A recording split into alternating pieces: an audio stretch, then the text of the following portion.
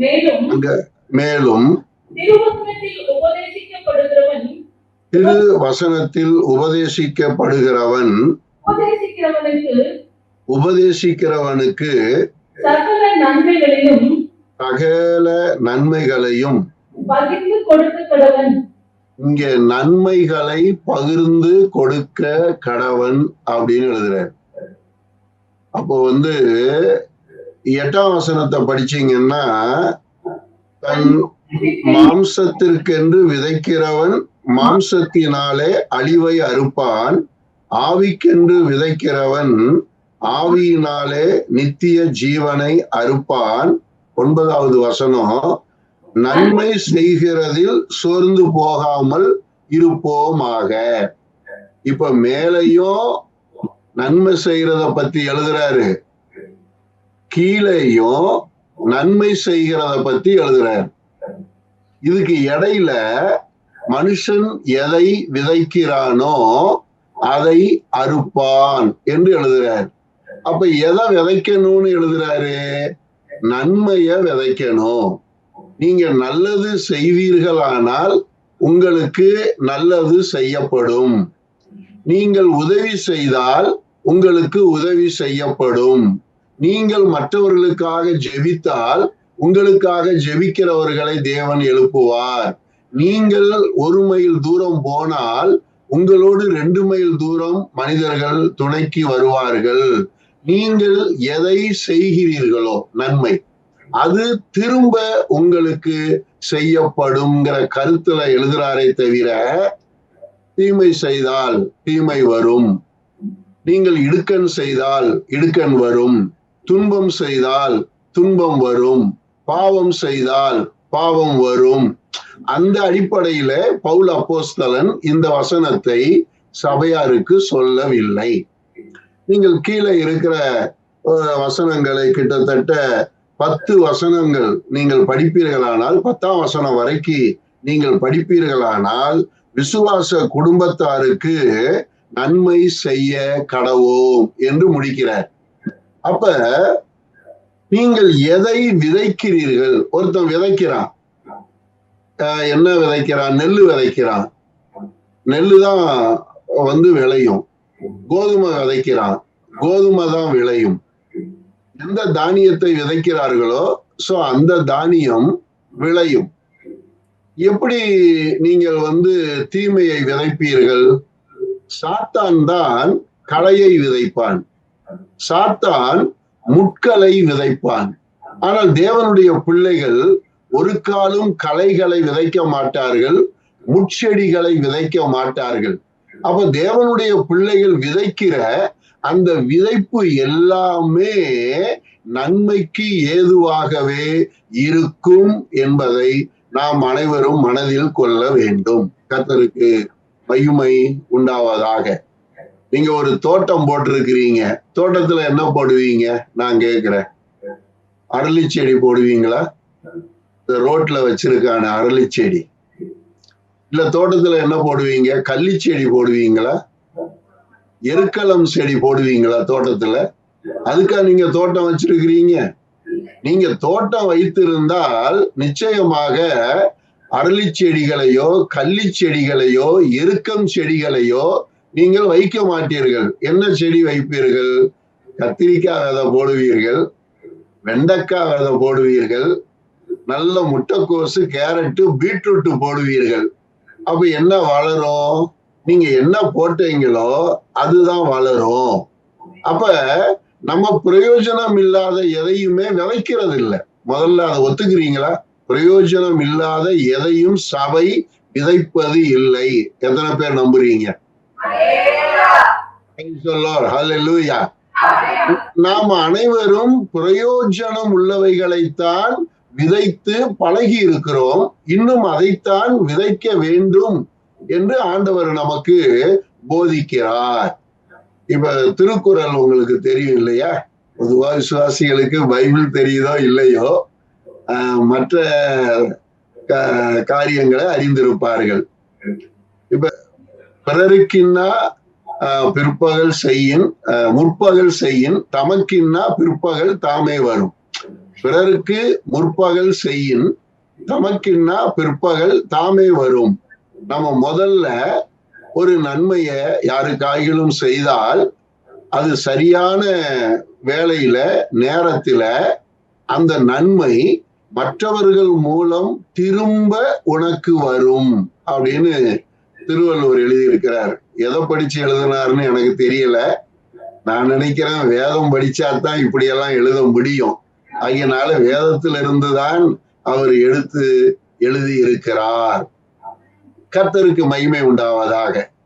ஒரு 5 வசனங்களை நான் உங்களோடு பகிர்ந்து கொள்ள ஆசைப்படுகிறேன். அதை நீங்கள் விதைக்க வேண்டும். இந்த 5 காரியங்களை நீங்கள் உங்கள் வாழ்க்கையில் விதைத்தால் ஒரு பெரிய அறுவடையை நீங்கள் செய்ய முடியும். கர்த்தருக்கு மகிமை உண்டாவதாக. முதலாவதாக மத்தேயு புஸ்தகம் 6ஆம் அதிகாரம் அழகாய் எழுதப்பட்டிருக்கிறது. 14, 15. மனுஷருடைய தப்பிதங்களை நீங்கள் அவர்களுக்கு மன்னித்தால் உங்கள் பரமபிதா உங்களுக்கும் மன்னிப்பார். மனுஷருடைய தப்பிதங்களை நீங்கள் அவர்களுக்கு மன்னியாதிருந்தால் உங்கள் பிதா உங்கள் தப்பிதங்களையும் மன்னியாதிருப்பார். இங்க இயேசு பரமண்டல ஜெபத்தை சொல்லிக் கொடுக்கும் பொழுது ஒரு கருத்தை பதிவு செய்கிறார். என்ன பதிவு செய்கிறார் அப்படின்னா, மனுஷனுடைய தப்பிதங்களை நீங்கள் மன்னித்தால் உங்கள் பரமபிதா உங்கள் தப்பிதங்களை மன்னிப்பார். மனுஷனுடைய தப்பிதங்களை நீங்கள் மன்னியாதிருந்தால் உங்கள் பரமபிதா உங்கள் தப்பிதங்களை மன்னிக்க மாட்டார் அப்படி எழுதுறார். இப்ப என்ன விதைக்க சொல்றார் தெரியுமா உங்களுக்கு? நீங்க தாராளமா மன்னிச்சிருங்கிறார். நீங்க எல்லாரையும் மன்னிக்க பழகுங்கள், நீங்க எல்லாரையும் மன்னிங்கிறார். இதுல விதிவிலக்கே கிடையாது. இது விதிவிலக்கே கிடையாது. விசுவாசிய மன்னிக்கணும் அவ்வளவுதான், அப்படி கிடையாது. உங்க உறவினர்கள், உங்களுக்கு விரோதமாய் தீமை செய்தவர்கள், உங்களுக்கு விரோதமாய் தங்கள் குதிங்காலை தூக்கினவர்கள், உங்களுக்கு விரோதமாக யார் என்ன தப்பிதம் செய்திருந்தாலும் மனப்பூர்வமாய் மன்னிக்க கூடிய ஒரு சுபாவத்தை நீங்கள் வளர்த்து கொள்ள வேண்டும். இப்ப இயேசுவை கவனிச்சு பாருங்க. உலகத்துல இருக்கிற எல்லா மனிதனுடைய பாவங்களையும் சுமந்து தீர்த்து மன்னித்தார். அதுக்குதான் வந்தார். ஆனா அவருக்கு விரோதமாய் செய்த மனுஷர்களுடைய பாவங்களையும் மன்னித்தார். உலகத்தின் பாவத்தையும் மன்னித்தார். தனக்கு விரோதமாய் செய்த எல்லா மனுஷருடைய பாவங்களையும் மன்னித்தார். எப்படி? இந்த கடைசி ஒரு 6 hours அவரை அரெஸ்ட் பண்ணி அவரை அடிச்சு உள்முடி சூட்டி கையில ஆணி அடிச்சு விழாவுல ஈட்டியில குத்தி அவருக்கு மேல காரி துப்பி தலையில கொட்டி தாடிய பிடிச்சு இழுத்து கன்னத்துல அரைந்து இப்படி எல்லாம் மனுஷன் செய்யறான் பாத்தீங்களா? இப்ப இத மன்னிக்காம போயிருந்தா இயேசு இந்த வசனத்தை சொன்னது தப்பாயிடும். இப்ப பாருங்க, சிலுவையில தொங்கும் பொழுது முதல் வசனமே என்ன தெரியுமா சொல்றாரு?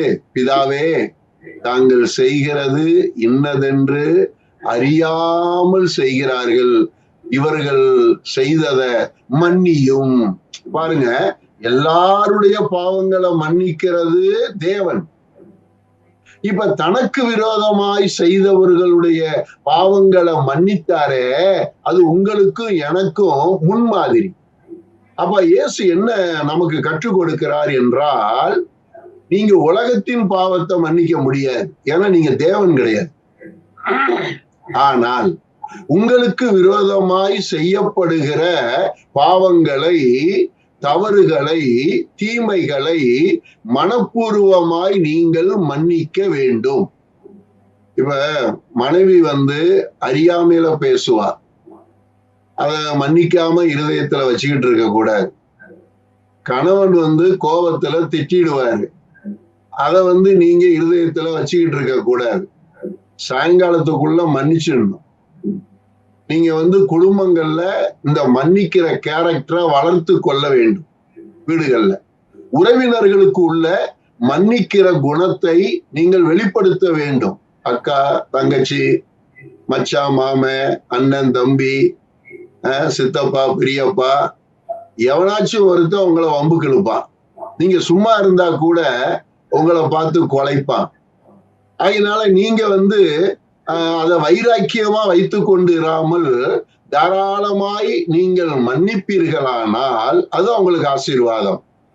தேவன் உங்களை மன்னிக்கும்படி நீங்கள் மற்றவர்களை தாராளமாய் மன்னித்து பழகுங்கள். ஒரு நல்ல சம்பவம் ஒண்ணு சொல்றேன் பைபிள்ல இருந்து. மத்தேயு புஸ்தகம் 18ஆம் அதிகாரம் உங்களுக்கு தெரியும். இந்த அதிகாரத்துல கடைசி வசனம் 35வது வசனத்தை படிமா.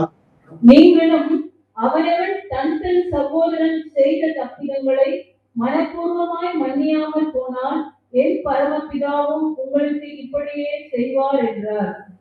இப்ப அவனவன் தன் தன் சகோதரன் செய்கிற தப்பிதங்களை மன்னியாமல் போனால் பரமபிதா இப்படியே செய்வாராம். எப்படி செய்வாருன்னு நினைக்கிறீங்க? ஒரு எஜமானிடத்துல 10,000 வெள்ளி தாளந்து 10,000 தாளந்து வெள்ளி கடன் வாங்கியிருந்தான். அது ஒரு பெரிய அமௌண்ட். 10,000 தாளந்து வெள்ளினா பெரிய அமௌண்ட். ஒரு தாளந்து ஒரு 17 கிலோ அப்படின்னா ஏகப்பட்ட வெள்ளி வாங்கியிருக்கான். கொடுக்க முடியல. சரி, கொடுக்க முடியல. எஜமான் கூப்பிட்டாரு, நான் மன்னிக்கிறேன்டா, பரவாயில்ல, நீ கொடுக்க வேண்டாம் போன்ட்டாரு. ஒரு மிகப்பெரிய கடன் அது. அந்த மிகப்பெரிய கடனை எஜமான் மன்னித்து விட்டார். ஆனா அவன் ரொம்ப ஜாலியா போறான். அவங்கிட்ட ஒருத்தன் 100 பணம் வெள்ளி பணம் கடன் வாங்கியிருந்தான். வெறும் 100. 10,000 எங்க இருக்கு, 100 எங்க இருக்கு? அப்ப 100 பணம் வாங்கினவனை பிடிச்சு உபத்திரவப்படுத்துறான். மரியாதையா காசை வச்சுட்டு போ, இல்ல நடக்கிறத வேற அப்படிங்கிறான்.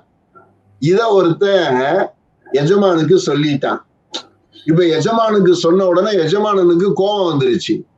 உடனே கூப்பிட்டாரு, ஏண்டா நான் உனக்கு மன்னித்தது போல நீ என்ன செய்ய வேண்டாமா, மன்னிக்க வேண்டாமான்னு சொல்லி உபாதிக்கிறவன் கையில் ஒப்பு கொடுத்தார். அப்போ மன்னிக்காதவர்களை தேவன் உபாதிக்கிறவர்கள் கையில் ஒப்பு கொடுக்கிறார்.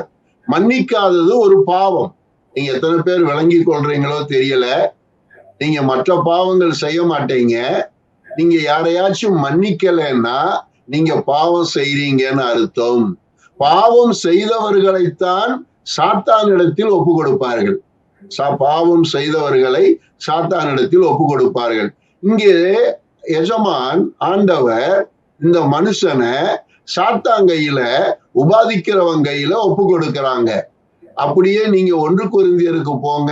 1 கொரிந்தியர் புஸ்தகம் 5ஆம் அதிகாரம் 5வது வசனத்துல பவுல் அப்போஸ்தலன் சபையிலே பாவம் செய்த ஒரு மனிதனை சாத்தானுக்கு ஒப்பு கொடுத்து தீர்ப்பு செய்கிறார்.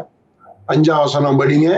அப்படிப்பட்டவருடைய ஆவி இயேசு கிறிஸ்துவின் நாளிலே ரட்சிக்கப்படும்படி மாம்சத்தின் அழிவுக்காக நம்முடைய இயேசு கிறிஸ்துவின் நாமத்தினாலே அவனை சாத்தானுக்கு ஒப்பு கொடுக்க வேண்டும் என்று தீர்ப்பு செய்கிறேன். இப்ப இங்க யாரை சாத்தானுக்கு ஒப்பு கொடுக்கிறார்கள் என்றால், சபையில ஒரு மிகப்பெரிய தவறை செய்தவன். 1ஆம் வசனத்துல அது இருக்கும். இப்ப பாவம் செய்தவனைத்தானே சாத்தான் கிட்ட கொடுக்கணும். ஆனா மத்தேயு 18ல மன்னிக்காதவனை சாத்தான் கையில ஒப்பு கொடுக்கிறார். அப்ப மன்னிக்காதது ஒரு பாவம். மன்னிக்காதது ஒரு பாவம். இப்ப இந்த விசுவாசி மனம் திரும்பி வந்துட்டான். யாரு? 1 கொரிந்தியர் 5ல அந்த விசுவாசி மனம் திரும்பிட்டான். மனம் திரும்பி இப்ப சபைக்கு வர்றேன்னு சொல்லும் பொழுது சபை மன்னிக்கணும். மனம் திரும்பி யாரு உங்ககிட்ட வந்தாலும் நீங்க மன்னிக்கணும். நீங்க உங்ககிட்ட ஒருத்தவங்க மனம் திரும்பி, அக்கா நான் ரொம்ப பேசிட்டேன் மன்னிச்சிருங்க, அண்ணா ரொம்ப பேசிட்டேன் மன்னிச்சிருங்க, நான் ஏதோ அறியாமையில அப்படி பண்ணிட்டேன் மன்னிச்சிருங்கன்னு யாராச்சும் அப்படி வந்தாங்கன்னா, நீங்க உடனடியா ஓகே பரவாயில்ல நான் மன்னிக்கிறேன்னு நீங்க மன்னிச்சு பழகணும். மன்னிக்காமல் இருப்பது சாத்தானுடைய தந்திரம், அது சாத்தானுடைய குணம். நீங்க 2 கொரிந்தியர் புஸ்தகத்துல இத படிக்கலாம். 2 கொரிந்தியர் புஸ்தகத்துல 2ஆம் அதிகாரம் 7வது வசனத்தை நீங்கள் கவனிப்பீர்களானால் இவ்விதமாக எழுதப்பட்டிருக்கிறது. ஆதலால் அவன் அதிக துக்கத்தில் அமிழ்ந்து போகாதபடிக்கு நீங்கள் எனக்கு மன்னித்து ஆறுதல் செய்ய வேண்டும்.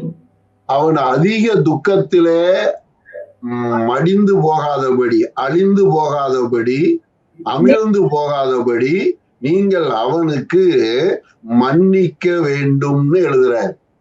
அவன் மறுபடியும் மன்னிப்பு கேட்க வந்தா நீங்க மன்னிக்கணும். நீங்க மன்னிக்கலன்னு வச்சுக்கோங்களேன், அவன் ரொம்ப துக்கப்பட்டுருவான், அவன் அந்த துக்கத்திலேயே அழிஞ்சு போயிடுவான். அப்போ ஒரு ஆத்துமாவை மீட்டெடுக்கணும்னு சொன்னா நீங்க தாராளமா மன்னிக்கிறவங்களா இருக்கணும். 10ஆம் வசனத்தை நீங்க கவனிங்க. எவனுக்கு நீங்கள் மன்னிக்கிறீர்களோ அவனுக்கு நானும் மன்னிக்கிறேன், மேலும் எதை நான் மன்னித்திருக்கிறேனோ அதை உங்கள் நிமித்தம் கிறிஸ்துவினுடைய சன்னிதானத்திலே மன்னித்திருக்கிறேன். அப்ப எவனுக்கு நீங்க மன்னிக்கிறீங்களோ அதை நானும் மன்னிக்கிறேன். ஏன்னா உங்களுக்கு விரோதமா தானே அவன் பாவம் செஞ்சான், இப்போ உங்க சபைக்குத்தானே திரும்ப வர்றேங்கிறான். ஆகினால நீங்க மன்னித்து அவனை ஏற்றுக்கொள்ளுங்கள், நானும் கர்த்தருடைய சன்னிதானத்திலே மன்னிக்கிறேன் அப்படி சொல்றார். அப்ப மன்னிப்பு என்பது ஒரு நல்ல ஆவிக்குரிய விதைப்பு.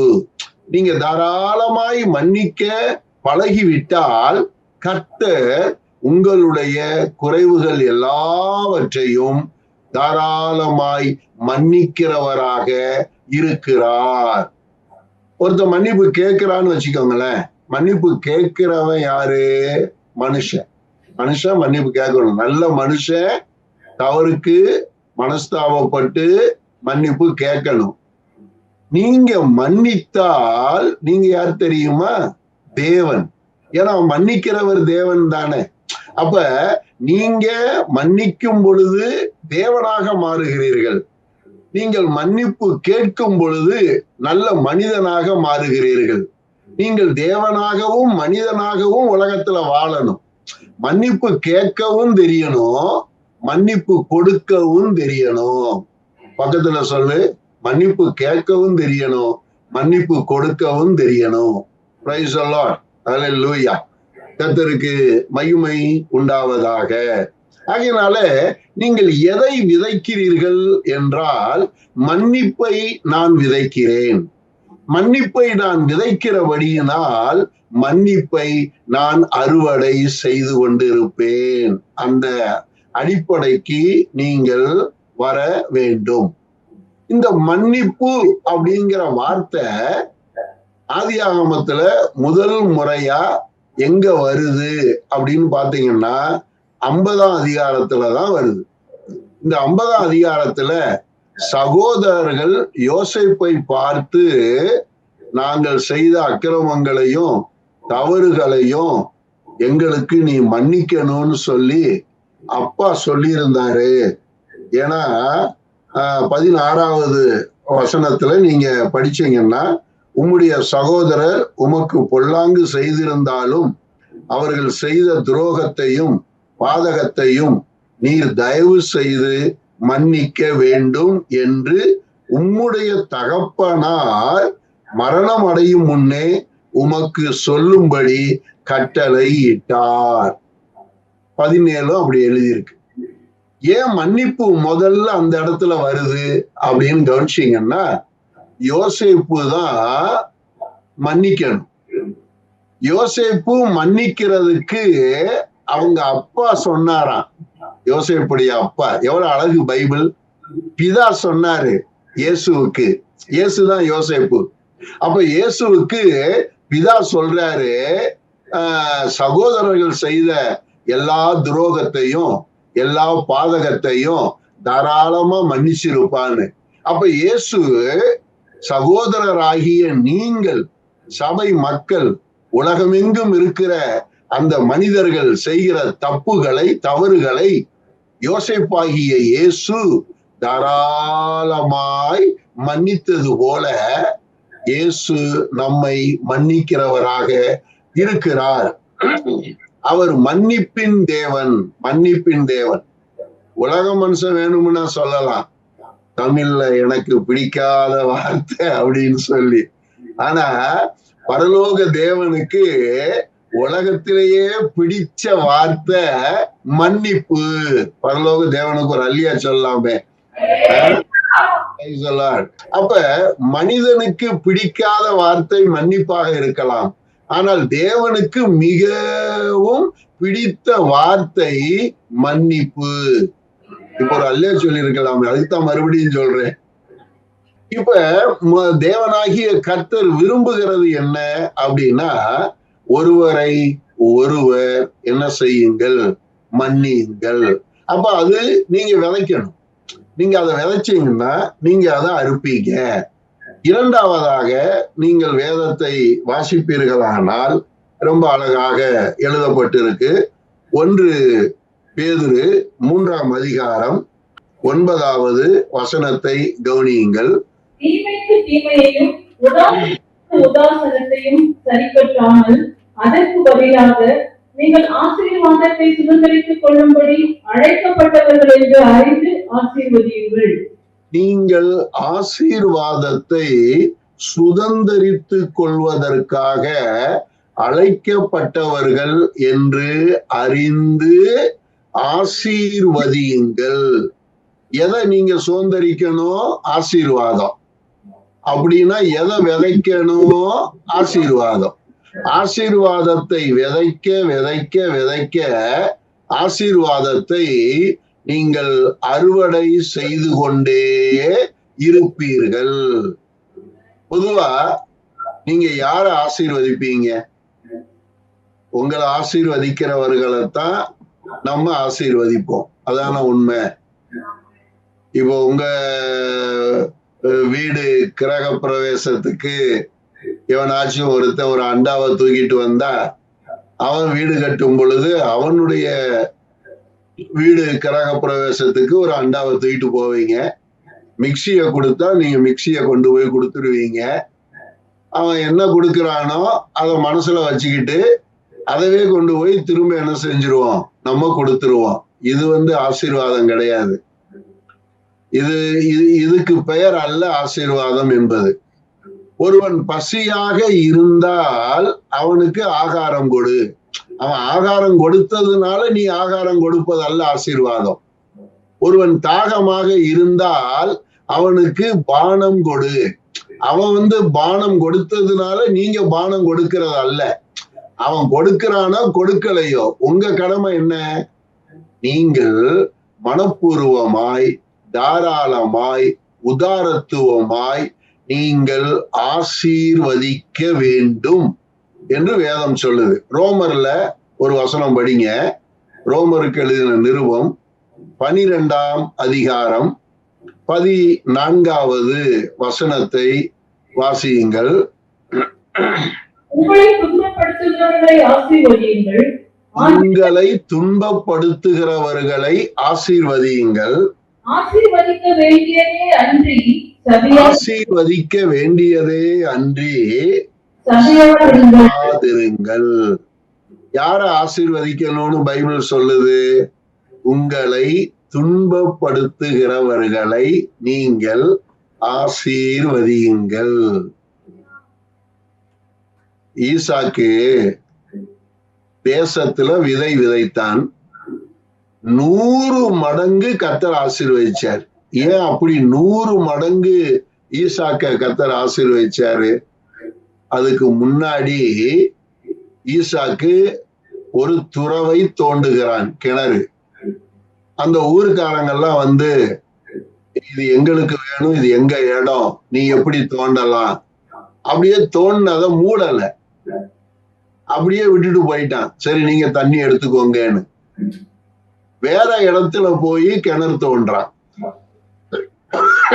அந்த ஊருக்காரங்கெல்லாம் வந்து, இது எங்க இடம், நீ எப்படி இங்க கிணறு தோண்டின, அதனால நாங்க அனுமதிக்க மாட்டோம், மூடல, அந்த கிணத்தை மூடல.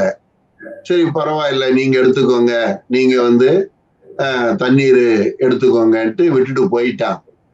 பாருங்க, அவனுக்கு விரோதமாக எழும்புகிற சத்துருக்களை அவன் வந்து கிணற்றினால், துறவினால் ஆசீர்வதிக்கிறான். பரவாயில்ல, நீங்க அதை யூஸ் பண்ணுங்க, உங்க கிராமமே அதுல என்ன செய்யட்டும், தண்ணி எடுக்கட்டும் அப்படின்ட்டு இன்னொரு இடத்துக்கு போறான். அங்க போய் ஒரு துறவை தோண்டி விவசாயம் பண்றான், விதைய விதைக்கிறான். இப்ப கர்த்தர் என்ன பண்றாரு அப்படின்னா 100 மடங்கு ஆசீர்வதிக்கிறார். நல்லா புரிஞ்சு கொள்ளுங்க. நீங்க எந்த அளவுக்கு மனுஷர்களை ஆசீர்வதித்து பழகுகிறீர்களோ அந்த அளவுக்கு உங்களை தேடி ஆசீர்வாதம் வந்து கொண்டே இருக்கும். நீங்க ஆசீர்வாதத்துக்காக ஜெபிக்க கூடாது. என்னை ஆசீர்வதி, என்னை ஆசீர்வதி, என்னை ஆசீர்வதியும்னு நிறைய பேரு புலம்பிக்கிட்டே இருப்பாங்க. நீங்க அப்படி கேட்கறதுனால கர்த்தர் ஆசீர்வதிக்கிறாருன்னு நினைக்காதீங்க. நீங்க ஆசீர்வதிக்கிறதுனாலே நீங்கள் ஆசீர்வதிக்கப்படுகிறீர்கள், அதான் உண்மை. அதனால இப்ப இயேசு என்ன சொன்னாரு, அவர் ரொம்ப அழகா சொல்றாரு. மத்தேயு புஸ்தகம் 5ஆம் அதிகாரம் 44வது வசனத்தை நீங்கள் வாசியுங்கள். மத்தேயு 5:44. நான் உங்களுக்கு சொல்கிறேன், சிநேகியுங்கள், உங்களை சபிக்கிறவர்களை ஆசீர்வதியுங்கள், உங்களை பகைக்கிறவர்களுக்கு நன்மை செய்யுங்கள், உங்களை நிந்திக்கிறவர்களுக்காகவும் உங்களை துன்பப்படுத்துகிறவர்களுக்காகவும் ஜெபம் பண்ணுங்கள். உங்களை சபிக்கிறவர்களை, இப்ப பேதுரு எழுதுறாரு, உங்களை துன்பப்படுத்துகிறவர்களை ஆசீர்வதிக்க. இயேசு சொல்றாரு, உங்களை சபிக்கிறவர்களை நீங்க ஆசீர்வதிங்க அப்படிங்கிறாரு. ஏன் தெரியுமா? ஒருத்தன் உங்களை சபிக்கிறான், அது உங்களுக்கு பலிக்காது, அது திரும்ப அவங்கிட்ட போயிடும். நீங்க ஆசீர்வதிக்கிறீங்க, அவன் அதை ஏற்றுக்கொள்ள மாட்டான், அதனால திரும்ப அது உங்ககிட்ட வந்துடும்.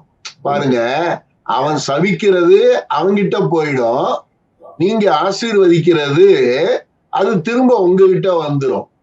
அப்ப நீங்க உங்களை நீங்களே ஆசீர்வதித்துக் கொள்ளுகிறீர்கள். உங்களை நீங்களே எப்படி ஆசீர்வதிக்கலாம்? துன்பப்படுத்துகிறவர்களையும் சபிக்கிறவர்களையும், அப்பா நீ நல்லா இருப்பா, நீ வாழ்ந்துரு, நீ சுகமாயிரு, கர்த்தர் உன்னை ஆசீர்வதிப்பாருப்பா அப்படி நீங்க சொன்னீங்கன்னா, சோ அந்த ஆசீர்வாதம் திரும்ப உங்ககிட்டயே வரும் அப்படின்னு பைபிள் சொல்லுது. அது எவ்வளவு உண்மை பாருங்க. ஆண்டவர் வந்து நன்மையினால் உங்களை திருப்தியாக ஆசீர்வதிக்க விரும்புகிறார். ஏசாயா புஸ்தகத்துல 55ஆம் அதிகாரம் 1 வசனத்துல அன்னைக்கே ஏசாயா சொன்னா, இந்த சபையாரை பார்த்து ஆண்டவர் என்ன பேசுறாருங்கிறத ஏசாயாவுக்கு ஒரு பெரிய வெளிப்பாடு. ஓ தாகமா இருக்கிறவர்களே, 55:1. தாகமா இருக்கிறவர்களே, நீங்கள் எல்லாரும் தண்ணீர் அன்னைக்கு வாருங்கள், பணம் இல்லாதவர்களே நீங்கள் வந்து வாங்கி சாப்பிடுங்கள், நீங்கள் வந்து பணமும் இன்றி விலையும் இன்றி திராட்சை ரசமும் பாலும் கொள்ளுங்கள். எப்படி ஆண்டவர் ஒரு மனிதன் ஆசீர்வதிக்கிறாருன்னு பாருங்க. பணம் இல்லைன்னா பரவாயில்ல, என் ஆசீர்வாதம் வீட்டுல இருக்கும், பாலும் தேனும் உனக்கு இருக்குங்கிறாரு. தாகமா இருக்கிறீங்கன்னா நான் தண்ணி கொடுப்பேங்கிறாரு, பசியா இருப்பீங்கன்னா நான் ஆகாரம் கொடுப்பேங்கிறாரு. நான் உங்களை ஆசீர்வதிக்கிற தேவன், நான் தான் உங்களை அதிகமாய் ஆசீர்வதிக்கிற தேவன். ஆகவே நீங்க எதை செய்கிறீர்களோ, எதை விதைக்கிறீர்களோ அதை 100 மடங்கு நீங்கள் அறுவடை செய்து கொள்வீர்கள் அப்படிங்கிறார். இஸ்ரவேல் ஜனத்திற்கு கானான் தேசத்தை கர்த்தர் கொடுக்கும் பொழுது அது பாலும் தேனும் ஓடுகிற தேசம், ஒரு சமாதானம் உள்ள ஒரு தேசம்னார். அங்க நல்ல மாதுளம் பழங்கள், திராட்சை பழங்கள், ஒலிவ தோப்புக்கள், இன்னும் ஏராளமான செல்வங்கள் நிறைந்த ஒரு தேசம், வெள்ளியும் பொன்னும் இருக்கிற ஒரு தேசம், பெட்ரோல் இருக்கிற ஒரு தேசம், எல்லா தேவைகளும் அந்த தேசத்தில் இருக்கிறது. அந்த தேசத்தில் இருக்கிற சவக்கடல்ல யுரேனியம் இருக்கிறது, தாது பொருள்கள் இருக்கிறது. அந்த சவக்கடல்ல இருக்கக்கூடிய யுரேனியத்தை எடுத்தா இது மாதிரி பல உலகங்களை அழித்து விடலாம், அணு ஆயுதங்கள் செய்து விடலாம். எல்லாம் செழிப்பான ஒரு தேசத்தை ஆண்டவர் இஸ்ரவேலர்களுக்கு கொடுத்து அவர்களை ஆசீர்வதிக்கிறார். பாருங்க, நம்முடைய தேவன் தமது பிள்ளைகளை எல்லா விதங்களிலும் வாழ்ந்திருக்கும்படி செய்கிறவர். கர்த்தருக்கு மகிமை உண்டாவதாக. எத்தனை பேர் தேவனுடைய ஆசீர்வாதங்களை அனுபவிக்கிறீர்கள்? நான் சொல்லுகிறேன், இதை பார்க்கிலும் நீங்கள் பலுகி பெருகி இந்த பூமியின் சகல நன்மைகளை திருப்தியாய் நீங்கள் ஆசீர்வதிக்கப்பட வேண்டும் என்று நான் ஜெபிக்கிறேன். உண்மையாகவே தேவனாகிய கர்த்தர் நீங்கள் ஆசீர்வதிப்பது கொஞ்சம்தான், நீங்கள் மற்றவர்களுக்கு நன்மை செய்வது கொஞ்சம். ஒருவேளை நீங்கள் ஒரு 100 ரூபாயை விதைப்பீர்களானால் தேவனாகிய கர்த்தர் பல மடங்கு 100 அதை ஆசீர்வதித்து அதை திரும்ப 10,000 உங்கள் கையிலே கொடுக்க அவர் வல்லமை உள்ள தேவனாக இருக்கிறார். அப்ப நீங்க என்ன பழகணும் அப்படின்னா, ஆசீர்வதித்து பழகணும். இப்ப நீங்க ஆசீர்வாதத்தை கேட்டு பழகக்கூடாது. நீங்க மத்தவங்க கிட்ட ஆசீர்வாதத்தை எதிர்பார்த்து வாழக்கூடாது.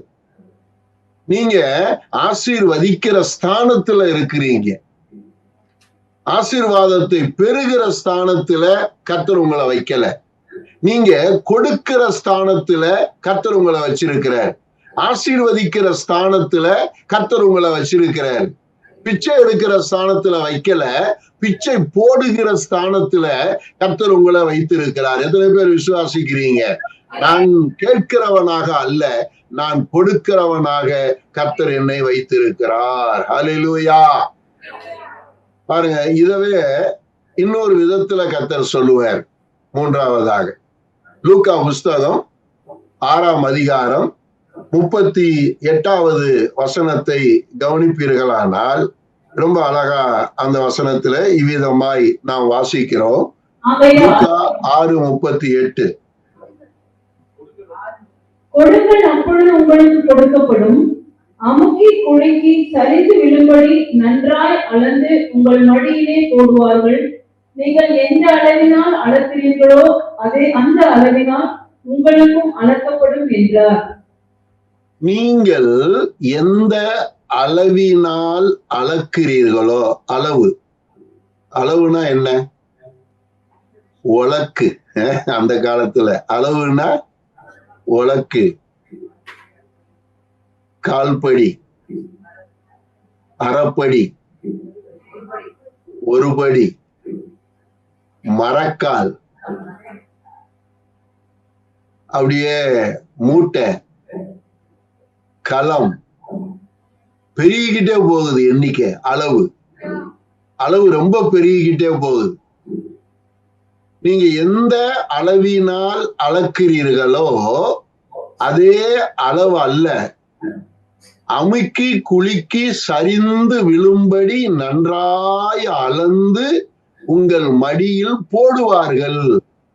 நீ ஒரு ஆளுக்கு போடுற, நீ ஒரு ஆளுக்கு தான் போடுற, எல்லாரும் உனக்கு போடுவாங்கன்னு எழுதுறார். எல்லாரும் உனக்கு போடுவாங்கன்னு எழுதுறார். நீங்க ஒருவருக்கு ஒரு காரியத்தை கொடுத்தால் நீங்கள் கொடுத்த அந்த ஆசீர்வாதம் அநேகர் திருப்பி உங்களிடத்தில் என்ன செய்வார்களாம்? கொடுப்பார்கள். இந்த கல்யாண வீடுகள்ல தான் பேசுவாங்க, பொண்ணு வீட்டுல என்ன போடுவாங்க அப்படின்னு, எவ்வளவு போடுவாங்க அப்படி ஒரு மாப்பிள்ளை கேட்டாரு என்கிட்ட, பொண்ணு வீட்டுல ஏதாச்சும் போடுவாங்களான்னு. ஓ, நல்லா போடுவாங்களே. அப்படியா பாஸ்டர்? பொண்ணுடைய மாமனாரும் மாமியாரும் போடுவாங்க, எங்க சபையில இருக்கிற விசுவாசிகளும் சேர்ந்து போடுவாங்க, வேணும்னா நானும் போடுவேன், எல்லாருமே போடுவாங்க, ஆனா உங்களாலதான் அது வாங்க முடியுமான்னு தெரியல அப்படின்னு. அவருக்கு ஒன்னும் புரியல. அவரு அவ்வளவு கொடுப்பாங்களா, அவ்வளவு போடுவாங்களா? ஆமா, நல்லா போடுவாங்க, ஆனா அவங்க முதுகு பழுத்துரும், பரவாயில்லையா அப்படி. ஐயோ, நீங்க அந்த போடுறத சொல்றீங்களான்னு. கர்த்தருக்கு ஸ்தோத்திரம். ஆசீர்வதிக்கிறது பெண்ணு வீடு இல்லை, ஆசீர்வதிக்கிறது இந்த உலகம் அல்ல. உங்களை ஆசீர்வதிக்கிறதே நீங்க தான். நீங்கள் எந்த அளவினால் அளக்கிறீர்களோ அந்த அளவு திரும்ப வரும் என்று இயேசு சொன்னால், இந்த இஸ்ரவேலர்களுக்கு ஒரு பிரமாணம் கொடுத்தாரு பாருங்க. நீங்கெல்லாம் அவ்வளவு பெரிய விவசாயி கிடையாது, அவ்வளவு பெரிய லேண்ட் லார்டு எஸ்டேட் எல்லாம் உங்களுக்கு கிடையாது. ஆனா இஸ்ரவேலர்கள் பெரிய பெரிய தோப்புகளை வைத்து விவசாயம் பண்ணினவர்கள். என்ன பிரமாணம் எழுதி கொடுக்கிறார் தெரியுமா? உபாகமம் 24:19 இருந்து கீழே ஒரு 4 வசனத்துல ரொம்ப அருமையா எழுதுறாரு. நான் அதை சொல்றேன், படிக்காட்டி கூட. நீங்க அறுக்கும் பொழுது ஒரு அரிக்கட்டை தோட்டத்துல வயல்ல விட்டுட்டு மறந்துட்டு வீட்டுக்கு வந்துட்டீங்கன்னா திரும்ப போய் அந்த அரிக்கட்டை எடுக்க கூடாது. அது யாருக்கு தெரியுமா விட்டுறணும்? திக்கற்றவர்களுக்கும் ஏழைகளுக்கும் பரதேசிக்கும் விட்டுறணும். அடுத்த வசனம் என்ன தெரியுமா சொல்லுது? நீ ஒலிவ மரத்துல ஏறி ஒலிவ பழங்களை உழுக்குகிற பொழுது எவ்வளவு பழம் கீழே விழுதோ அதை எடுத்துக்கோ. சில பழங்கள் விழாது, மரத்துல இருக்கும், தப்பின பழங்கள், அதை திரும்ப போய் நீ எடுக்க கூடாது. அந்த மரத்துல இருக்கிற ஒலிவ பழங்களை ஏழைகள், திக்கற்றவர்கள், உங்க தேசத்துல இருக்கிற பரதேசிகள் போய் எடுத்துக்கிட்டோம். அடுத்து என்ன தெரியுமா சொல்றாரு? நீ திராட்சை பழம் அறுவடை செய்தால் நீ சில செடிகள்ல திராட்சை பழத்தை அறுவடை செய்ய மாட்டேன், உன் கண்ணுக்கே தெரியாது. உன் கண்ணுக்கு தெரியாம திராட்சை செடியில பழம் இருக்கும். அவ்வளவு கவனமா எல்லா பழத்தையும் அறுப்பது கிடையாது. சிலர் காயா இருக்கும், விட்டுருவேன், அதுக்கப்புறம் அது பழுக்கும். ஆனா ஒரு அறுவடை பண்ணதுக்கு அப்புறம் மறுபடியும் போய் 2வது முறை திராட்சை செடியில பழம் பறிக்க கூடாது, அதை விட்டுறணும். யாருக்கு? ஏழைகளுக்கு, திக்கற்றவர்களுக்கு, பரதேசிகளுக்கு அதை விட்டுடு அப்படிங்கிறார். இப்ப அந்த கடைசி வசனத்தை மட்டும் படிமா. நீ அடிமையாக இருந்ததை நினைப்பாயாக, ஆகையால் நான் இப்படி செய்யும்படி நான் உனக்கு கட்டளையிடுகிறேன். ஏன் அப்படி செய்ய சொல்றாரு அப்படின்னா, நீ ஒரு காலத்துல எகிப்துல அடிமையா இருந்த, அவன் உனக்கு செய்யல, நீ எவ்வளவு கஷ்டப்பட்ட அதை நினைச்சு உன் தேசத்தில் இருக்கிற திக்கற்றவர்கள், ஏழைகள், பரதேசிகளுக்கு நீ அரிக்கட்டையும் ஒலிவ பழங்களையும் திராட்சை பழங்களையும் அவர்கள் பறிப்பதற்கு விட்டுவிடு. இது இஸ்ரவேலர்களுக்கு கொடுத்தது. ஆனா சுவிட்சர்லாந்துல, இந்த பக்கத்துல, இப்ப நான் பிரான்ஸ்ல இருக்கேன், சுவிட்சர்லாந்துல நமக்கு காலேஜ் இருக்கு. ஆனா அங்க போன ஆப்பிள் தோட்டத்துல போய் நிறைய ஆப்பிள் சாப்பிடலாம், திராட்சை தோட்டத்துல போய் நிறைய திராட்சை பழம் சாப்பிடலாம். எந்த தோட்டத்துக்கு வேணாலும் நீங்க உள்ள போகலாம், நல்ல திருப்தியா சாப்பிடலாம், எடுத்துட்டு போக கூடாது. ஆனா உள்ள போய் நீங்க சாப்பிட்டு போகலாம். என்ன ஒரு மனிதன் சுவிட்சர்லாந்துல இருக்கிறவன்! யாராச்சும் உங்க தோட்டத்துல போய் 2 மாங்காவை பறிச்சா விடுவீங்களா? 2 மாம்பழத்தை பறிச்சு சாப்பிட்டா விடுவீங்களா? உங்க தோட்டத்துல போய் ஒரு முருங்கைக்காயை பறிச்சா விடுவீங்களா? உங்க தோட்டத்துல போய் ஒரு கருவேப்பிலைய கிள்ளிப்பாரு, நம்மால் எவ்வளவு கத்துவான்னு பார்ப்போம். அப்ப என்ன பிரமாணம் இஸ்ரவேலர்களுக்கு? ஏழைகள் திக்கற்றவர்கள் தோட்டத்துல வந்து சாப்பிட்டால் சாப்பிடுவதற்கு விட்டுடு, எடுத்துட்டு போக கூடாது. சாப்பிடுவதற்கு விட்டுடு. எத்தனை சாப்பிட போறான் ஒருத்தன்? 2 ஆப்பிள் சாப்பிடுவான், இல்ல நம்மள மாதிரி சிலர் 4 ஆப்பிள் கூட சாப்பிடுவான், அவ்வளவுதானே. அதுக்கு மேல சாப்பிட முடியாதே. அப்ப அந்த மரத்துல ஒரு 4 ஆப்பிள் பறித்து ஒருவன் சாப்பிட்டால் அது 40 பழங்கள் அல்ல, 400 பழங்கள், 4000 பழங்களை அந்த மரம் கொடுத்து விடும். அதுதான் ஆசீர்வாதம். அப்ப தேவனாகிய கர்த்தர் சொன்ன பிரமாணத்தை சுவிட்சர்லாந்துல இருக்கிறவன் செய்கிறான். ஆனா அந்த தேசத்தை கர்த்தர் எப்படி ஆசீர்வதிச்சிருக்கிறாரு பார்த்தீங்களா? அவ்வளவு செழிப்பா ஜனங்க வாழ்றாங்க, அவ்வளவு செழிப்பா தேசத்தை கர்த்தர் வச்சிருக்கிறாரு. இந்த வசனம் பாருங்க, இன்னைக்கு கூட ஒரு நாடு கை கொண்டால் அந்த நாடு ஆசீர்வதிக்கப்படுகிறது. இப்ப நம்ம நாட்டுல அப்படி ஒரு சம்பவம் நடக்குமா? இருக்கா? நம்ம நாட்டுல நம்ம எல்லாருமே அடுத்தவனுடைய பொருட்களை அபகரிக்கணும்னு நம்ம நாட்டுல இருக்கிற ஜனங்க நினைக்கிறாங்க. எப்படி ஆனாலும் மற்றவர்களுடைய பொருட்களை அபகரித்து கொள்ள வேண்டும் என்று நினைக்கிறதுனால நம்முடைய பொருட்கள் வீணாய் போய்விடுகிறது. அப்படியானால் பிரமாணம் ஒரு காலம் மாறாது. சத்தியம் சத்தியம்தான். அது உலகமானாலும் சபையானாலும் யாரானாலும் எழுதப்பட்ட சத்தியம் உயிர் இருக்கு அந்த சத்தியத்திற்கு. அப்ப நீங்க அந்த சத்தியத்தை நம்புனீங்கன்னா நீங்க தாராளமாய் கொடுங்கள், உங்களுக்கு என்ன செய்யப்படும்? கொடுக்கப்படும் அப்படின்னு வேதத்துல நம்ம என்ன செய்யறோம்? வாசிக்கிறோம். அப்போஸ்தலர் புஸ்தகத்தை நீங்க கவனிச்சீங்கன்னா நிறைய வசனம் உங்களுக்கு தெரியும்.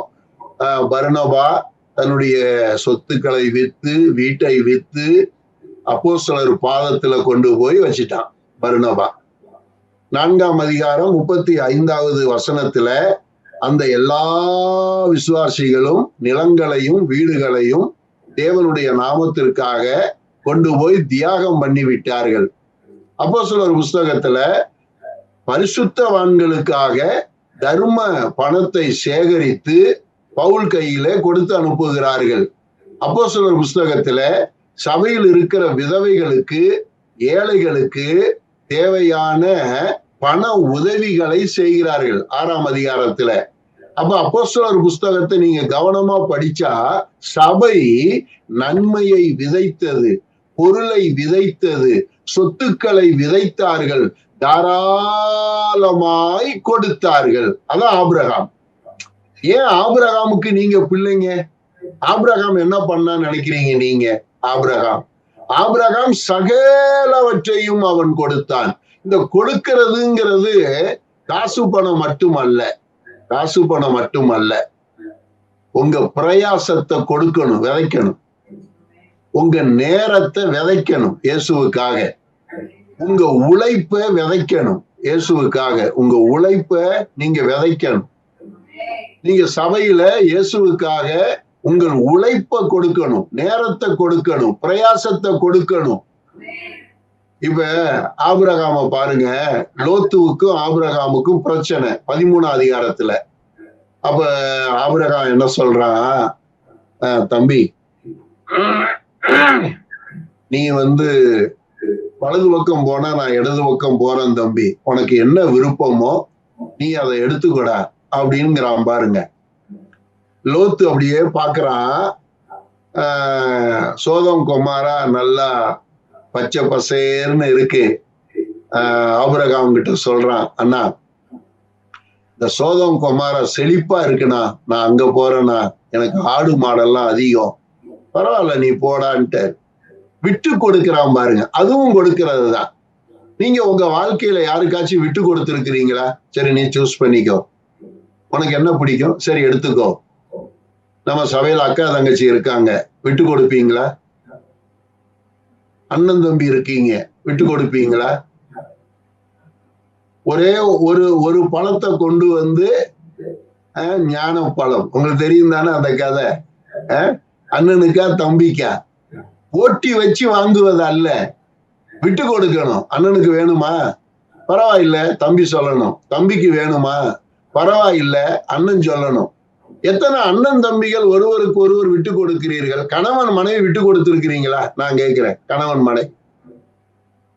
ஒரு பழைய கதை ஒண்ணு சொல்லுவாங்க. ஒரு வீட்டுல கணவன் மனைவி கொஞ்சம் மாவு தோசை சுட்டு சாப்பிடணும். அப்ப கணவன் சொன்னாரு, நான் ரொம்ப வேலை செஞ்சு டயர்டா வந்திருக்கிறேன், எனக்கு 3 தோசை கொடுத்துரு. மனைவி சொன்னா மொத்தமே 5 தோசை தான், ஆளுக்கு 2.5 ஓகேவா? அவன் புருஷன் சொன்னா, நீ 2 எடுத்துக்கொடி, எனக்கு 3 கொடுன்னு. அவன் விடுற மாதிரி இல்ல. அது எப்படி? எனக்கும் டயர்டும், எனக்கு 2 தோசை பத்தாது, எனக்கு 3, உங்களுக்கு 2. இப்படி ஒரு ஆர்கியூமெண்ட் வந்துருச்சு. உடனே 2 பேரும் என்ன பண்ணாங்க, சரி அப்போ ஒண்ணு செய்வோம், 5 தோசைய சுட்டு வச்சுட்டு நம்ம கட்டுல படுப்போம், கண்ணை திறக்க கூடாது, என்ன ஆனாலும் சரி கண்ணை திறக்க கூடாது. யாரு முதல்ல கண்ணை திறக்கிறானோ அவனுக்கு 2, லேட்டா கண்ணை திறந்தா அவனுக்கு 3ன்னு ஒரு போட்டி வச்சு படுத்துருச்சுங்க. பக்கத்து வீட்டுக்காரன் பாக்குறான், என்னடா ரொம்ப நேரம் ஆச்சு, ஆளை காணோமேன்னு கதவை திறந்து பார்த்தா 2ம் படுத்திருக்கு. ஆட்டி பாக்குறான், உருட்டி பாக்குறான், எழும்பவே இல்லை. ஐயோ செத்து போயிட்டாங்களோன்னு ஊரை கூட்டிடுச்சு. ஊரை கூட்டினா ஊருக்காரன் எல்லாம் பார்த்துட்டு என்ன பண்றதுன்னு தெரியாம சரி அடக்கம் பண்ணலான்னு பாடையை கட்டிட்டாங்க. 2 பேரையும் தூக்கி பாடையில வச்சா ஒருத்தனும் முழிக்க மாட்டேங்கிறான், கண்ணை திறக்க மாட்டேங்கிறான். கடைசியில கொண்டு போய் அடுக்கி வச்சு விறகு கட்டைக்கு மேல 2 பாடிய வச்சு மேல விறகையும் வரட்டியவும் போட்டு ஊத்தி தீய வச்சா புருஷனுடைய சும்மா மீச முடி கருகி சூடு ஏறும் பொழுது உடனே அப்படியும் அவன் பல்ல கடிச்சுக்கிட்டு இருக்கிறான். பெண்டாட்டியால தாங்க முடியல, எனக்கு 2 போதும்னு எழுப்புனான். அவன் எனக்கு 3 போதும்னு எழுப்புனான். அங்க 5 பேர் நிக்கிறாங்க. அவங்கதான் அந்த நெருப்பெல்லாம் கொளுத்தி அந்த டெட் பாடிய எரிக்கிறதுக்கு 5 பேரு. இவங்க எழும்பும் பொழுது எனக்கு 2 எனக்கு 3 அப்படின்னு உடனே அவங்க 5 பேருக்கு பயம் வந்துருச்சு. டேய் பேயா எழும்பிட்டாங்கடா, நம்மளை பிடிச்சி ஏதாச்சும் பண்ணிட போறாங்கடான்னு சொல்லி 5 பேரும் எடுத்தாங்க ஓட்டம், ஜீவன் தப்ப. அப்ப ஒரு கதையா இருந்தாலும் ஒரு சின்ன விஷயத்துக்கு எவ்வளவு வைராக்கியம் பாருங்களேன். ஒரு சின்ன விஷயத்துக்கு எவ்வளவு வைராக்கியம். விசுவாசிகள் ஒருவருக்கும் வைராக்கியமே இருக்கக்கூடாது.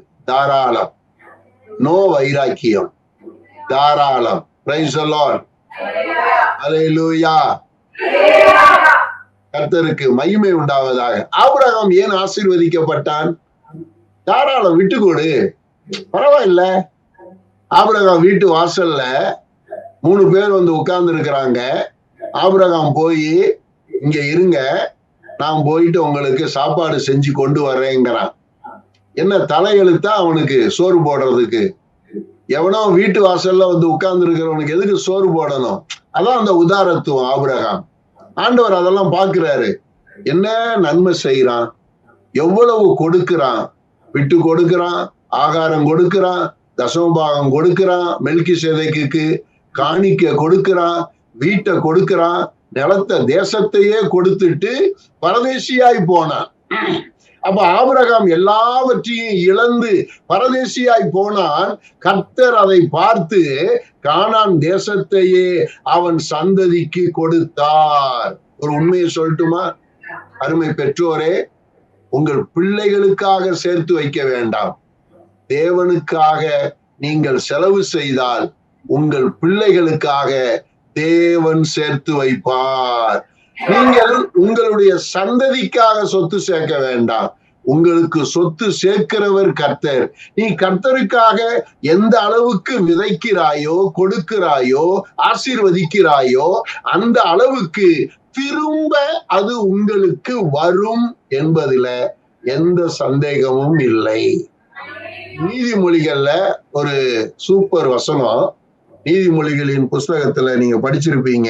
11ஆம் அதிகாரம் 25வது வசனத்தை வாசியுங்கள் பார்ப்போம். நீதிமொழி 11:25. உதார குணமுள்ள ஆத்துமா செழிக்கும். உதார குணமுள்ள ஆத்துமா செழிக்கும். உங்களுக்கு என்ன குணம் வேணும்? சத்தமா சொல்லுங்க. உதாரண குணம் அப்படின்னா என்ன? உதாரணம், தாராள குணம் உள்ள ஆத்துமா செழிக்கும். உங்களுடைய செழிப்பு எங்க இருக்குன்னா உங்கள் உதாரத்துவத்துல இருக்கு. உதாரத்துவத்துல உங்களுடைய செழிப்பு இருக்கு. நல்லா புரிஞ்சு கொள்ளுங்க. எந்த அளவுக்கு உங்களுக்கு உதாரத்துவம் இருந்தா நீங்க செழிப்பா இருப்பீங்க. அடுத்த வரி கவனிங்க. எவன் தண்ணீர் பாய்ச்சுகிறானோ அவனுக்கு தண்ணீர் பாய்ச்சப்படும். எவன் தண்ணீர் பாய்ச்சுகிறானோ அவனுக்கு தண்ணீர் பாய்ச்சப்படும். இயேசு என்ன சொன்னார்? ஒரு கலசம் தண்ணீர் கொடுத்தாலும் அதன் பலனை அடையாமல் போகான். அப்ப நீங்க எவன் தண்ணீர் பாய்ச்சுகிறானோ அவனுக்கு தண்ணீர் பாய்ச்சப்படும். எவன் விதைக்கிறானோ நன்மையை அவன் நன்மையை அறுவடை செய்கிறான். எவன் ஆசீர்வதிக்கிறானோ அவன் ஆசீர்வதிக்கப்படுகிறான். எவன் மன்னிக்கிறானோ அவன் மன்னிக்கப்படுகிறான். எவன் எதை செய்கிறானோ அது அவனுக்கு செய்யப்படும். அப்படியே வசனம் இருக்கு. உபதியாவுல நேற்று படிக்கும் பொழுது எனக்கு அந்த வசனம் ரொம்ப இதா இருந்துச்சு. 1ஆம் அதிகாரம், ஒரு அதிகாரம் தான் இருக்கு உபதியாவுல. 15ஆம் வசனத்தை படிச்சு ஜெபம் பண்ணுவோமா? உபதியா 1:15 நினைக்கிறேன். பாருங்க. எல்லா ஜாதிகளுக்கும் விரோதமான நாளாகிய கட்டுரை நாள் சமீபமாய் வந்திருக்கிறது. நீ செய்தபடியே உனக்கு செய்யப்படும். உன் செய்தியின் பலன் உன் தலையின் மேல் திரும்பும். எப்படி அந்த கடைசி வரிய படிங்க. எப்படி எழுதியிருக்கு? உன் செய்தியின் பலன் உன் தலையின் மேல் திரும்பும். அதுக்கு மேல் வரி நீ செய்தபடியே உனக்கு செய்யப்படும். அது ரொம்ப கவனிக்க வேண்டிய ஒன்று. நீ செய்தபடியே உனக்கு செய்யப்படும். எல்லாரும் சொல்லுங்க. நீ செய்தபடியே உனக்கு செய்யப்படும். அதை கொஞ்சம் மாத்தி சொல்லுங்க. நான் செய்தபடியே எனக்கு செய்யப்படும். அறிக்கை செய்யுங்க.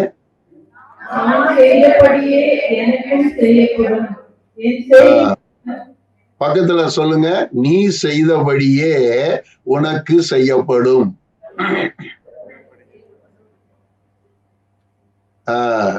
தலைய திரும்புறது தெரியுது, ஆனா சொல்றது கேட்கல. கர்த்தருக்கு ஸ்தோத்திரம் உண்டாவதாக. இவ பாருங்க எவ்வளவு அருமையா ஆண்டவர் சொல்றாரு. அப்ப என்னுடைய நன்மை எங்க இருக்கிறது? என்கிட்டதான் இருக்கு. என்னுடைய செழிப்பு யாருகிட்ட இருக்கு? என்கிட்ட இருக்கு. என்னுடைய ஆசீர்வாதம் யாருகிட்ட இருக்கு? என்கிட்ட இருக்கு.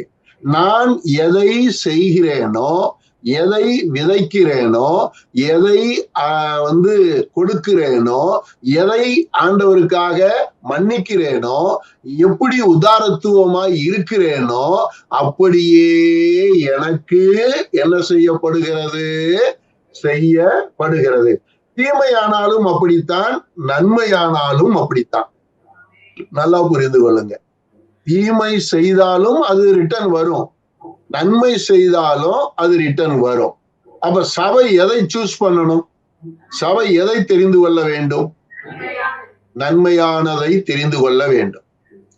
ஒரு நடந்த சம்பவம், பருகூர்னு ஒரு ஊர் இருக்கு தருமபுரி மாவட்டத்துல, கிருஷ்ணகிரி மாவட்டம். இப்ப அங்க குருடர்கள் பள்ளி இருக்கு. அந்த குருடர்கள் பள்ளியில ஒரு வாத்தியார் போய் பாடம் எடுத்தார். பாடம் எடுத்து சொல்லி கொடுத்தாரு. அங்க இருக்கிற வாலிப பிள்ளைகள் படிச்சாங்க. இவரு கண்ணு தெரியாத ஒரு வாலிப பிள்ளையோடு கூட ஒரு தகாத காரியத்தை செஞ்சிட்டார். அந்த கண்ணு தெரியாத பிள்ளை சாட்சியா சொல்ல முடியாது. ஏன்னா உருவம் தெரியாது, ஆள் தெரியாது. பேசாமலேயே அதை அவர் செஞ்சதுனால பேச்சும் அந்த பிள்ளைக்கு காதுல கேட்கல. அப்போ வாய்ஸை வச்சு கண்டுபிடிக்கலாம். அப்போ வாய்ஸை வச்சும் கண்டுபிடிக்க முடியல, உருவத்தை பார்த்தும் சொல்ல முடியல, முகமும் தெரியல. அந்த பிள்ளை பாதிக்கப்பட்டுச்சு. ஆனா இது ஒருத்தருக்குமே தெரியாம போயிடுச்சு. ஆனால் பரலோகத்தின் தேவன் அதை என்ன செய்கிறார் பார்க்கிறார். இவரு கொஞ்ச நாளைக்கு அப்புறம், இது ரொம்ப நாள் ஆயிடுச்சு, அதுக்கப்புறம் அவருக்கு ஒரு +2 படிக்கிற பிள்ளை, அந்த பிள்ளை செவுரு ஓரத்துல அப்படியே செவுரு பக்கமா தலகாணிய வச்சு அப்படியே காலை நீட்டி புக்ல படிச்சுக்கிட்டு இருக்கிறா. எக்ஸாமுக்கு படுத்துக்கிட்டு அப்படி படிச்சுக்கிட்டு இருக்கிறா. அந்த செவுரு ஒரு 10 அடி உயரம். அந்த செவுத்துக்கு மேல சில பொருட்கள் வச்சிருக்கிறாங்க. சில பொருட்கள். தகப்பன் என்ன பண்றாரு, அந்த செவுத்துக்கு அந்த பக்கம் ரூம்ல இருந்து ஸ்டூல் போட்டு கைய மேல வச்சு தேடுறாரு. ஏதோ ஒரு பொருளை தேடுறாரு. அப்படி தேடும் பொழுது, இந்த மேக்ஸ் படிக்கிறவங்களுக்கு தெரியும், டிவைடர்னு ஒண்ணு இருக்கும் காம்பஸ்ல, ஜியோமெட்ரி பாக்ஸ்ல டிவைடர்னு இருக்கும். அப்படி ரெண்டும் ஊசி மாதிரி இப்படி இருக்கும். அது இப்படி இருந்திருக்கு. இவரு கை வச்ச உடனே அந்த டிவைடர் அப்படியே கீழே அந்த பெண்ணுடைய கண்ணு 2லயும் பாஞ்சிருச்சு. பாஞ்ச உடனே அந்த பிள்ளை அப்பா அம்மான்னு கத்த ஆரம்பிச்சு பார்த்தா அந்த டிவைடர் கண்ணுக்குள்ள போயிடுச்சு. ஹாஸ்பிட்டல் கொண்டு போய் எல்லாம் பண்ணாங்க. அந்த கண்ணு குருடாயிடுச்சு. 2 கண்ணுமே பார்வையே அந்த பிள்ளை இழக்கக்கூடிய ஒரு சூழ்நிலை. தகப்பனுக்கு ஒன்றும் புரியல. என்னடா அப்படின்னு துடிக்கிறாரு தகப்பன். ஆனா உண்மை தகப்பனுக்கு தெரியும். தகப்பன் உடனே, நான் செய்த பாவம் திரும்ப எனக்கு விட்டது, நான் இப்படி ஒரு காரியத்தை செஞ்சுட்டேன், கர்த்தர் என்னை பழி வாங்கிட்டாருன்னு சொல்லி அழுது ஒப்பு கொடுத்து ரட்சிக்கப்பட்டு ஆலயத்துல போய் பாவரிக்கை செஞ்சு ஆண்டவர்கிட்ட அந்த காரியத்தை அறிக்கை செய்த பொழுது, அது ஒரு சில வருஷங்களுக்கு அப்புறம் தேவன் மனம் இறங்கி அந்த பிள்ளைய மருத்துவ பரிசோதனை வெள்ளூர்ல போய் செஞ்சாங்க. அந்த மருத்துவ பரிசோதனையில பிள்ளைக்கு பார்வையை திரும்ப கொண்டு வரலாம், ஒரு சின்ன ஆபரேஷன் பண்ணணும்னு சொல்லி, ஒரு ஆபரேஷனுக்கு அப்புறமா அந்த பிள்ளைக்கு 2 கண்ணும் தெரிஞ்சது. தேவன் எதை நாம் செய்கிறோமோ அதை கவனிக்கிறார். கொஞ்ச காலம் காலம் கொடுக்கிறார், தவணை கொடுக்கிறார். உடனே தீமை வராது. ஆனா ஒன்ன புரிஞ்சு கொள்ளுங்க, நன்மை உடனே வந்துடும். நம்ம செய்யற தீமைக்கு தீமை கொஞ்சம் லேட்டா வரும். ஆனால் நன்மை உடனடியாக உங்களுக்கு ரிட்டர்ன் என்ன செஞ்சிரும், வந்துரும். அப்ப தேவனுடைய பிள்ளைகள் அறிந்து கொள்ள வேண்டிய மிக முக்கியமான விஷயம் என்ன அப்படின்னா, கலாத்தியர் 6:7 மறுபடியும் கடைசியா மோசம் போகாதிருங்கள் அப்படிங்கிறார். நம்ம மோசம் போகாம இருக்கணும்னா நன்மை செய்யுங்கள், ஆசீர்வதியுங்கள், மன்னியுங்கள், தண்ணீர் பாய்ச்சுங்கள். நன்மையை செய்தால் நீங்கள் எதை செய்கிறீர்களோ அது திரும்ப உங்களுக்கு செய்யப்படும். ஆகவே நாம கர்த்தருக்கு பிரயோஜனமானதை செய்வோம், திரும்ப அது நமக்கு செய்வாரு. மன்னிப்போம், நாம மன்னிக்கப்படுவோம். நன்மையை விதைப்போம், நாம் நன்மையை அறுப்போம். தண்ணீர் பாய்ச்சுவோம், நமக்கு தண்ணீர் பாய்ச்சப்படும். நீங்கள் நன்றாய் விதையுங்கள், நன்றாய் அறுவடை செய்யுங்கள். கர்த்தர் இந்த வசனங்களால் உங்களை ஆசீர்வதிப்பாராக. ஆமென், ஆமென், ஆமென்.